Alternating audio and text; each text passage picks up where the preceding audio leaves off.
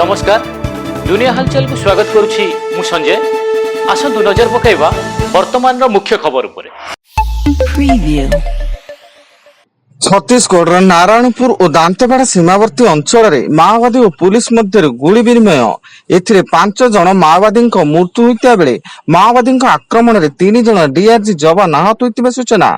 गोभिल जंगल रे पुलिस तलाश अभियान बेले सेठारे लुचि रही माओवादी गुली विनिमय होता।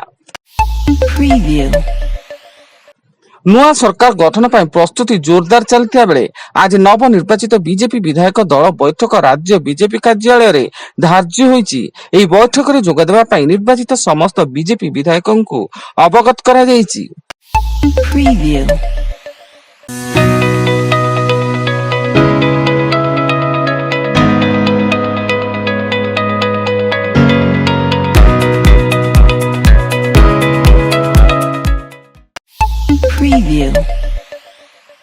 जयपाटना ब्लॉक बड़ टेमरी पंचायतर चाषी माने रबी धान बिक्री पाई सान टेमरी मंडी उपर निर्भरशील रहुता बेले एही मंडी रे धान क्रय रे अहेतुक विलंब होउची। तेणु बड़ टेमरी ग्रामर अनेक चाषी धर्मगढ़ उपजिलापाल कार्यालय रे पहुंची मंडी रे मंथर गति रे धान क्रय करा जाउथवा नै अभियोग करिसेंती।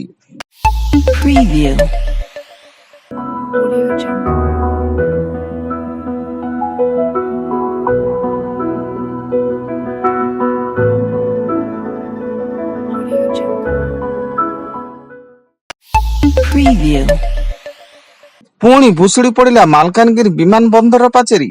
पूर्व एठारे पाचेरी भांगी 2 जन श्रमिकों मृत्यु घटिता बेले गतकाली मालकानगिरी जिले में वर्षा होता बेले पानी सुओरे निर्माणाधीन विमान बंदर पृथक पृथक जगह 60 मीटर लंबा पाचेरी भुशुड़ी पड़ी।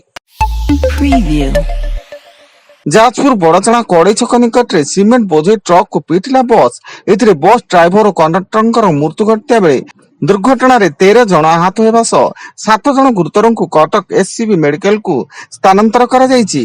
उक्त बस टी पर्यटकों को नहीं पश्चिम बंग पुरी आसुवा बेले एभली अघटन घटिछि।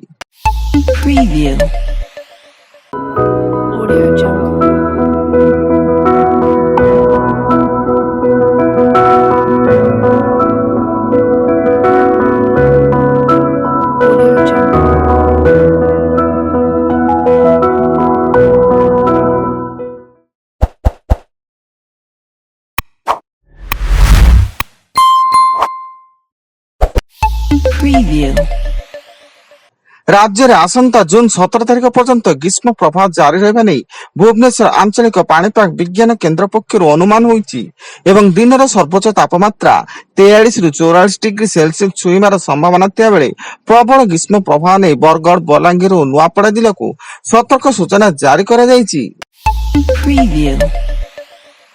झारसुगुड़ा जिला बर्ज राजनगर थाना अधीनस्थ गांधी छक फांडी अंतर्गत चिंदिनी माल रास्ता रे टायर बोझे पिकअप भ्यान सह बाइक मुहांमुही धक्का।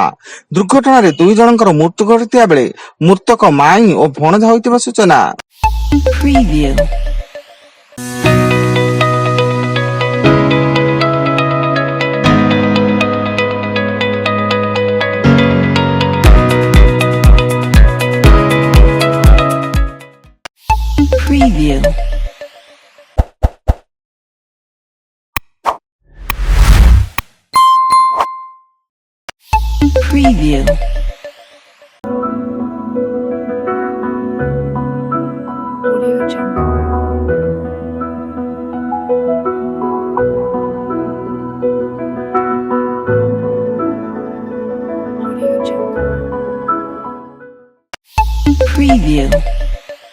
दिल्ली रे एक खाद्य प्रक्रियाकरण शिल्प रे विस्फोरण घटी 3 जनकर मृत्यु होता बेले 6 जन आहतों को उद्धार करा जाय नरेला स्थित एसएचआरसी हॉस्पिटल को स्थानांतर करा जायछि एवं प्राथमिक तदंतर जणा पड़िछि जे गोटे पाइपलाइन रु गैस लीक हेबा परे अग्निकांड घटिछि।